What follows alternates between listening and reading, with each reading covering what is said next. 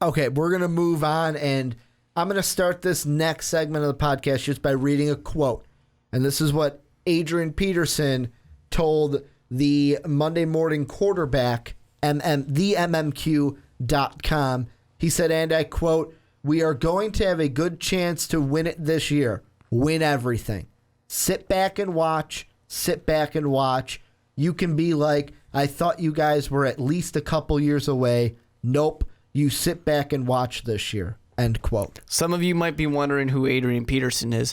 He is a running back who effectively runs the ball, and when he gets hurt, he comes back and does amazing things. So kind of what Melvin Gordon wants to be. Yeah, he is exactly. He is the idol here. He is the dream. So I don't know how I feel about this. I really don't. Because one, do the Minnesota Vikings have a team set up for good stuff? Oh, yeah. I mean, they're set up for great things right now. I mean, they have Adrian Peterson. They got one of the best running backs, if not the best running back out there. Their defense did a great job last year. You know, they were kind of middle of the pack with letting teams score against them, but the defense was definitely very good. The problem they have is the passing game. So is that addressed? Is Laquan Treadwell the answer? Because that's really what it is. You can't be the Vikings and go back in exactly kind of, in the same ground with good defense, good run game, no quarterback. You can't do that. You aren't the Denver Broncos. It's not going to work for you. And the thing I will say for this year that helps out is, what did we go ahead and do? We effectively got Teddy Bridgewater. I'm going to say 2 weapons, because not only did we get a Laquan Treadwell, we got a guy who, of course, he's a mystery because he's coming over from Germany, but man, if Boehringer can do something positive for this team, to have him, Diggs, and Treadwell to just give fucking Teddy somebody to throw to, because that's what we need. We need somebody that's going to be there to make plays for Teddy Bridgewater, because the one thing I'm repeating from Waddle and Sylvie when I listened to him this week, I think it was Silverman even said, he went, yeah, man, I just got to give him credit. He did everything he could to bring that team down the field, and then the kicker messed it up. Yeah. Didn't the kicker mess it up twice? Yeah, but everyone remembers him for that last mess up. Yeah. But he messed laces it up twice. In. Why are laces in? Laces should be out. Yeah, no, that's not the kicker's fault.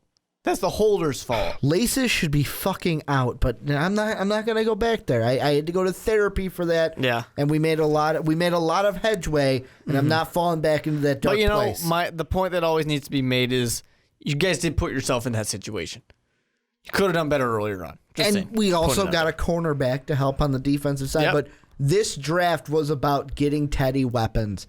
We got him weapons. We got him a tackle to help protect him. This draft for us was all about what can we do to help you, Teddy? What can we do to help? Unfortunately for a guy like Teddy Bridgewater and just the Vikings in general, the rest of the division, excluding the Lions really, are right there as well. Because the Packers got Jordy Nelson back, and that's really all they needed to do. Because, Aaron Rodgers is their quarterback. And the Chicago Bears defense is better.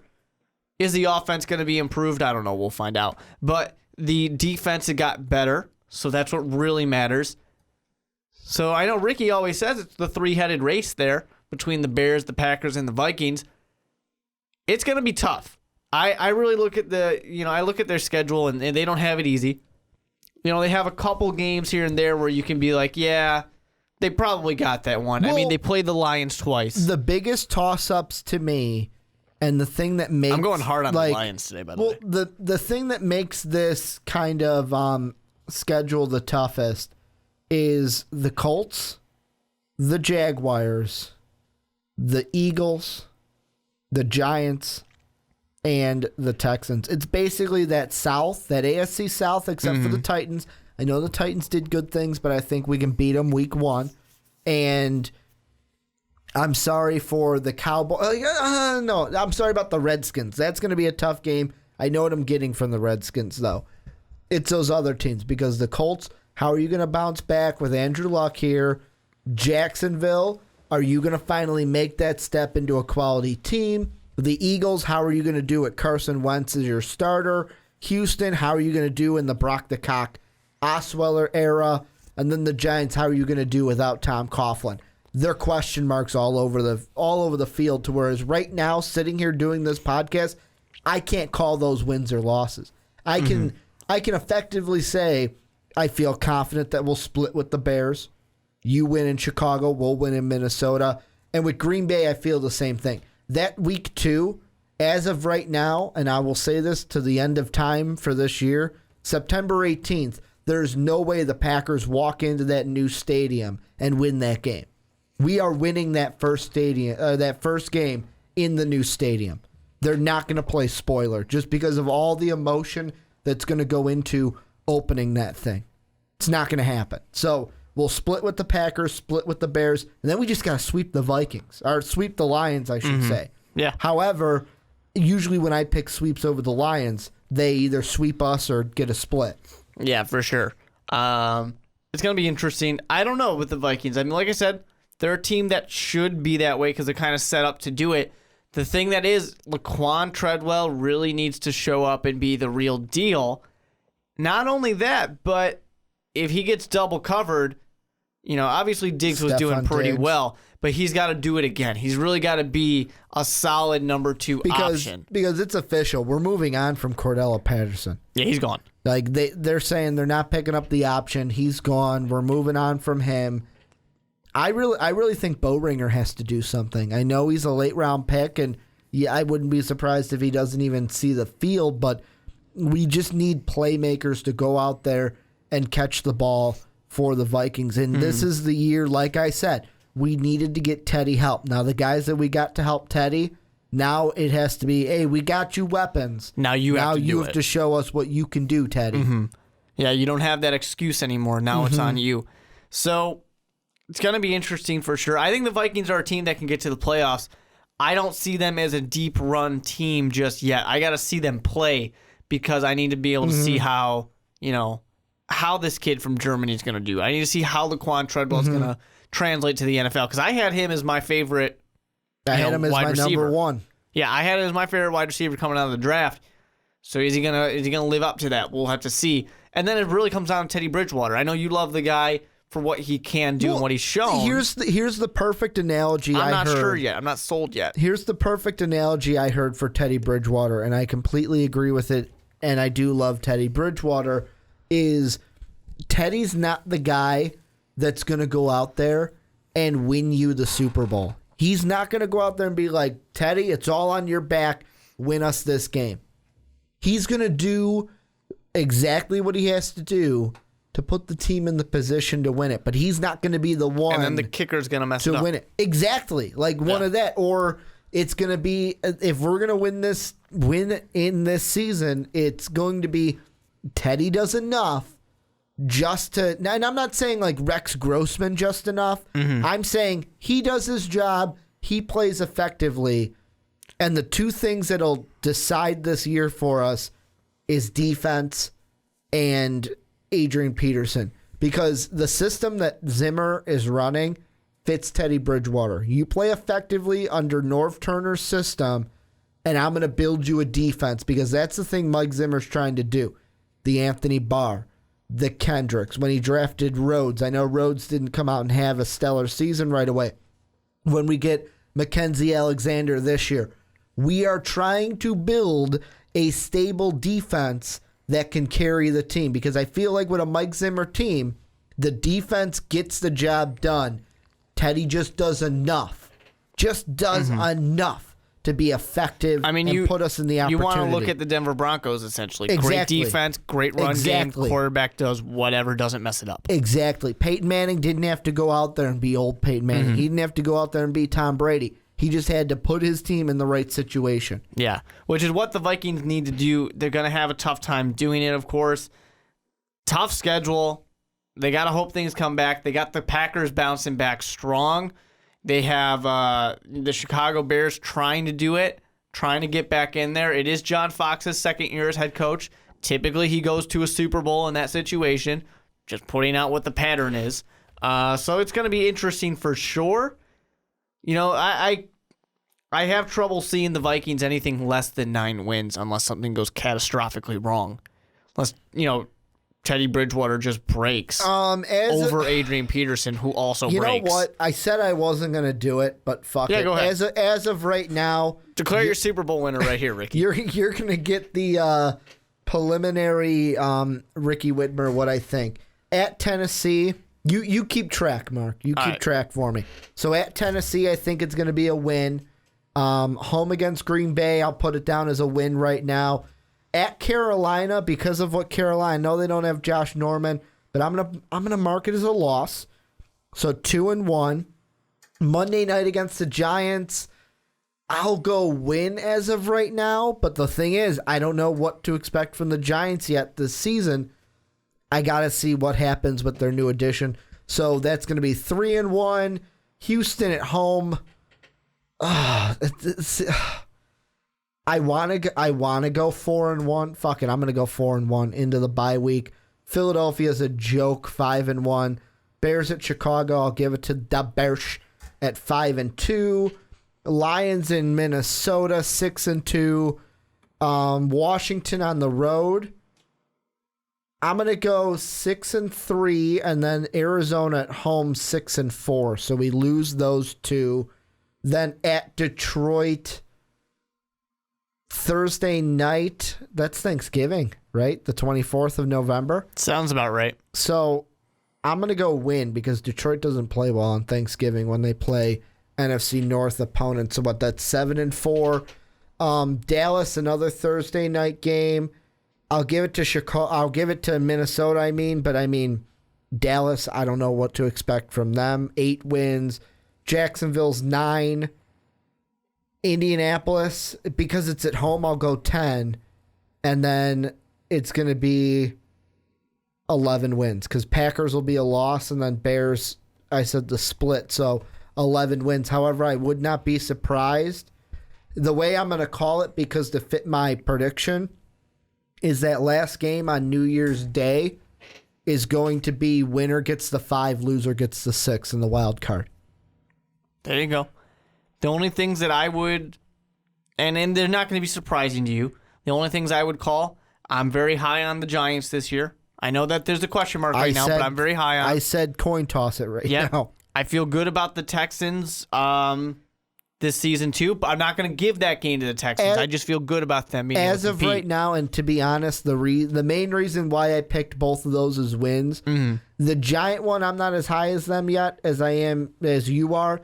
And that Houston one, I know they added Brock. I know they added some pieces like Lamar Miller, but it's at home, so I gave it to the Vikings right now. I'm not sure about those Redskins. Don't know what to think about them. Yeah, I only gave it to them because it was on the road in Washington. Yeah, I think the Cowboys have a good opportunity to be a bounce-back team because of Ezekiel Elliott. Mm-hmm. That's going to be a great game. Man, what if that game was AP versus Zeke and they just went blow for blow? Exactly, because you have the Adrian Peterson, and then you got the young gun who's going to be the next Adrian Peterson. And then the Colts, it's just going to be interesting to see what they bounce back, what they're going to be this year. So it's so many question marks, but that's kind of the issue with, saying these things early on because we haven't seen training camp yet. We haven't seen, or at least much of camp type of situations yet. We haven't seen the preseason. We haven't seen any of that. So it's a lot of a question mark. It's going to be tough. The NFC this year, I think that race is just going to be, those wild card spots are going to be really difficult. I really believe that the Bears and the Vikings are going to have both of them. I think the Vikings could go ahead and win the division again. I think they can win the division again, possibly. They just have to beat the Packers to do it. The only reason I'm not giving it to them as of right now is the Packers have Jordy Nelson coming back. Yep. They have their complete team. And that's why I'm saying they got to beat the Packers. I think it was on the Behind the Pen that just went up. The segment just went up recently on the YouTube, but it was last week's Behind the Pen that we talked about it. We kind of took a look at the Bears roster, and I think it was Sean that said, great, they get Jordy Nelson back, and we didn't add anybody in the secondary that can go up against and play along with Fuller on the front line. For Chicago, they're not worried about that. They're trying to get to the quarterback first. So Floyd's trying to get to A-Raj. The idea is we're going to hit the quarterback before he's got the chance, before your wide receiver has the chance to get open. That's that theory. That's one way to do it. You can argue whether you think it's a good way to do it or not. But that's one way to do it. Hit the quarterback before he's got the opportunity to throw it. Mm-hmm. So, hey, we'll find out what happens. And I mean, getting to the end of this, when it comes to winning the Super Bowl, am I going to go out and say, fuck it, Vikings are going to win the Super Bowl? No, I'm pumping the brakes on that because this is a team that... Because you don't want to give them the kiss of death. Well, that and I got to save my kiss of death. As of right now, though, I'm leaning towards the Cardinals as my kiss of death. Of course. So we'll see what I officially... You did that to him last year. Well, not at the very beginning, but in the playoffs, you did it to him. Yes. And then Carson Palmer threw 5 interceptions. Yes. It was the Colts and the Cowboys last year from the beginning of the season. And what did both those teams do? Neither one of them made it to the playoffs. What is it with teams that I picked to win the Super the year before when I said the Bears were going to go to the Super Bowl? And then they got a new coach. And a new GM. Funny how things work out. I don't have luck when it comes to picking Super Bowl My prediction winners. wasn't there either, but at least mine played in the conference championship game. Mine didn't get there. It was just catastrophic, just injury. Yeah. And derailment to the team.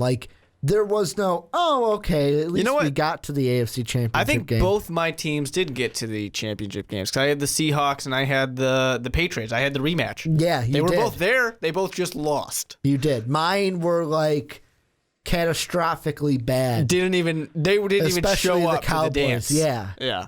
But the way I see it with this Viking team is I'm going to compare it a little bit to my Cubs. Whereas last year for the Cubs, did anyone expect us to beat the Cardinals in the DS? No. The NLDS? No. No one expected us to get to the NLCS and be where we were. I'm going to kind of equate that to last season for the Vikings. I was high, and I remember sitting here on the onside kick that you were. They were going to win the wild card, and they were going to get that 6th wild card spot. And you said, no, they wouldn't. And we made that bet. Mm-hmm. And they ended up winning the division. They did. And they exceeded my expectations of them. I'm hoping that is like last year's Cub. Last year is last year's Cubs season, and this year the Vikings come in, and they play lights out, just like my Cubs are doing right now. Do I think it's going to happen that way? No. But, man, would that be something special for me. I mean, they have the potential to be that kind of surprise lights-out team and beat the Titans. Home win, like you said, against the Packers, opening the season. You got to win the games you're expected to win. That's how you're going to get there. The Giants and the Texans and the Eagles, those are kind of those mystery games or easier game in the Eagle sense. But if they can beat the Panthers, they can be that surprise team that goes on a run. Because there's always that team that goes on a run early and you're surprised. Yeah. It's just a matter if they can keep it up. Like the Chiefs, for example, went on a run. They did it in the opposite direction. But it wasn't that, 2 seasons ago or 3 seasons ago where they went on the run? Really long time, just knocking everybody out and then fell off later on. Yeah. So we'll see what happens. I think the Vikings, the highest I would have them, I don't say a Super Bowl. Not now. I got to see what that offense can do now. But I think they've got enough pieces to really make a run at it at least. I'll give them the run. I just don't know if they can get past the conference championship game because I think there are still better teams in the NFC.